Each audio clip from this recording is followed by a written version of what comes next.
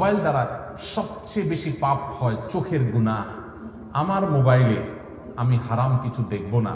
আমার ফেসবুকে যদি কোনো ফ্রেন্ডের কোনো বন্ধুর লিস্টে থাকার কারণে খারাপ কিছু আসে, ওকে আনফ্রেন্ড করে দিব।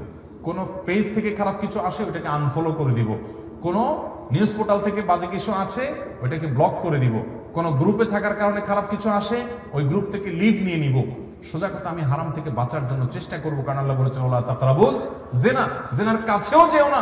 যুবক ভাইরা আমার, আপনি আজকে একটা আর্টিকেল পড়বেন, খারাপ নোংরা একটা নিউজ পড়বেন, একটা মেয়েকে নিয়ে বাজেভাবে একটা নিউজ করেছে একটা বই কোনো প্রতিষ্ঠান কিংবা কোনো বড় মিডিয়া, আপনি সেটা আজকে পড়লেন। কালকে একটা ভিডিওতে একটা মেয়ের অঙ্গভঙ্গি, তার শরীরের বিভিন্ন অঙ্গ প্রত্যঙ্গ দেখলেন, হারাম মজা নিলেন। আপনি পরশু আরেকটা হয়তো ভিডিও ক্লিপ দেখলেন, অশ্লীল কিছু দেখলেন, আপনার মনটা অস্থির হবে। আপনি চোখের জেনা থেকে মনের জেনায় চলে যাবেন, আপনি অনেক জেনায় চলে যাবেন।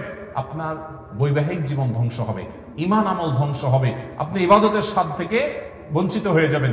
এই জন্য স্মার্টফোন ব্যবহার যারা করবেন, এই গুনাহ থেকে বেঁচে স্মার্টফোন ব্যবহার করা মানুষ এখন সোনার হরিণ হয়ে গেছে।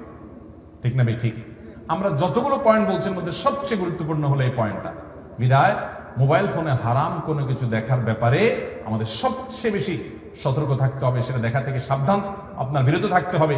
আল্লাহ তাআলা আমাদেরকে তৌফিক দান করুন। অনেক যুবকরা আমাদের কাছে প্রশ্ন লেখেন, ভাই আমরা মাস্টারবেশনে আক্রান্ত, হস্তমৈথুনে অভ্যস্ত হয়ে গেছি, বাঁচতে পারি না। এর প্রধান কারণ হলো এই মোবাইল ফোন।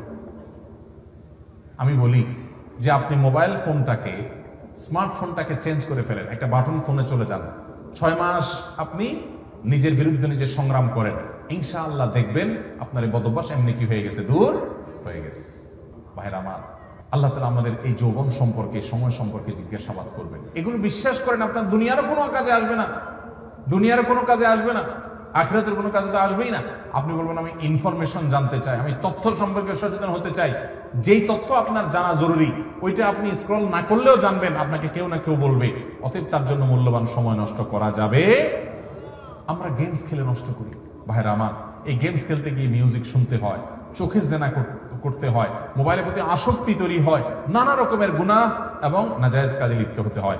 এই জন্য মোবাইল ব্যবহারে অতিরিক্ত সময় ব্যয় করা, ইউটিউবে, ফেসবুকে, গেমসে ঘন্টাকে ঘন্টা ব্যয় করা, এটা মোবাইল ব্যবহারের আদবের শিষ্টাচারের খেলাফ এবং গুনাহের কথা। এটা করা যাবে না, নিয়ন্ত্রণ করতে হবে। বেশিরভাগ লোকই মোবাইল ব্যবহার করতে গেলে নিজের টাইমে নিয়ন্ত্রণ করতে পারে না। আল্লাহ তাআলা আমাদেরকে নিয়ন্ত্রণ করার তৌফিক দান করুন।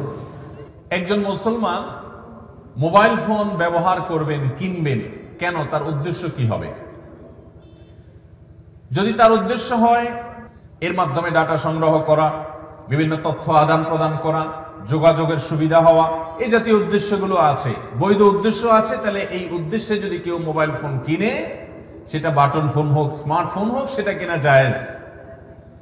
আর যদি কেউ ইবাদতের উদ্দেশ্যে এটা কিনে, কারণ ইন্নামাল আমালু বিন্নিয়াত, আপনি উদ্দেশ্য কি উদ্দেশ্য নিয়ে আপনি কিনেছেন সেটাই দেখার বিষয়। উদ্দেশ্য যদি সওয়াব আহরণ করা হয়, উদ্দেশ্য যদি হয় আল্লাহর পথের মাধ্যমে মানুষকে আহ্বান করা, উদ্দেশ্য যদি হয় এর মাধ্যমে নিজে ইলম অর্জন করা, উদ্দেশ্য যদি এখান থেকে কোরআন তেলাওয়াত করা, ভালো ভালো জিনিসগুলো গ্রহণ করা, হারাম থেকে বেঁচে থেকে এভাবে চলবেন, এই উদ্দেশ্য নিয়ে যদি আপনি করেন, তাহলে আপনার এই মোবাইল ফোন কেনাটা শুধু জায়েজ নয়, বরং ইবাদতে পরিগণিত হবে ইনশাআল্লাহ।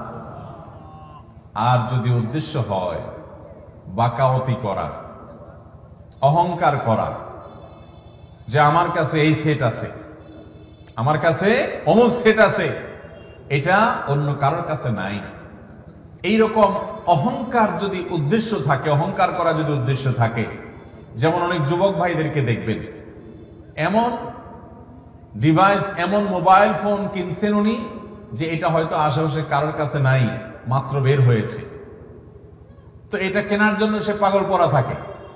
অনেক প্রবাসী ভাই আছেন, দেশে আসার সময় এমন সেট কেনার চেষ্টা করেন যে এটা এলাকাতে আর কেউ নাই। উদ্দেশ্য যদি এরকম থাকে যে এটা নিয়ে যখন যাব সবাই বলবে দেখি দেখি, আরে এই সেট তো আগে দেখি নাই, ও তাই নাকি নতুন আসছে, তাহলে নিজের একটা ভাবসাব জাহির হবে, নিজেরকে একটু কিছু কি হনুরে মনে হবে। এরকম অন্য সবার থেকে নিজেকে পৃথক করার জন্য, আলাদা করার জন্য, বিশেষ ব্যক্তি এটা প্রমাণ করবার জন্য, অহংকার করার জন্য, দেখাবার জন্য যদি হয়, তাহলে সেই মোবাইল ফোন কিনলে গুনাহ হবে, নাজায়েজ হবে, এবং এটার কারণে সে আল্লাহর কাছে জবাবদিহিতার মুখোমুখি হতে পারে। কারণ অহংকার করা, গর্ব করা, অন্যদের কাছ থেকে নিজেকে আলাদা করে বিশেষ প্রমাণ করার চেষ্টা করা, এটা মুসলমানের স্বভাব হতে পারে। ভাইরা আমার, তাইলে মোবাইল ফোনের এটার কেনার সময় উদ্দেশ্যের উপরে ভিত্তি করে 3 ধরনের বিধান চলে আসলো। কখনো এটি কিনা জায়েজ, যখন আপনি বৈধ কাজ করার জন্য ব্যবসা বাণিজ্য, চাকরি বাকরি, পারিবারিক আলাপ সালাপ এগুলো করবেন, যোগাযোগ করবেন, ডাটা আদান প্রদান করবেন, আপনার নিছক জায়েজ এবং বৈধ উদ্দেশ্য আছে, তাহলে এটা কিনে আপনার জন্য জায়েজ, সওয়াবও নাই, গুনাহও নাই। আর যদি এটা কিনে আপনি কোনো নেক কাজ করবেন সে উদ্দেশ্য থাকে, এটা দিয়ে কোনো ইবাদত বন্দেগী ভালো কাজ করবেন এই উদ্দেশ্য থাকে, তাহলে এটা কেনাটা জায়েজ, শুধু না এটা কেনাটা সওয়াবের কারণও হতে পারে। আর এটা কিনে আপনি হারাম কাজ করবেন, এটা দিয়ে হারাম ফিল্ম দেখবেন, হারাম জিনিস দেখবেন, নেটে আজেবাজে বিভিন্ন জিনিস দেখবেন, এবং বিভিন্ন রকমের মেয়েদের ছবি ছেলেরা দেখবেন, মিউজিক সহ গান শুনবেন, বিভিন্ন নায়িকা গায়িকাদেরকে দেখবেন, এবং বিভিন্ন অপকর্ম করা যায় সেগুলো করবেন।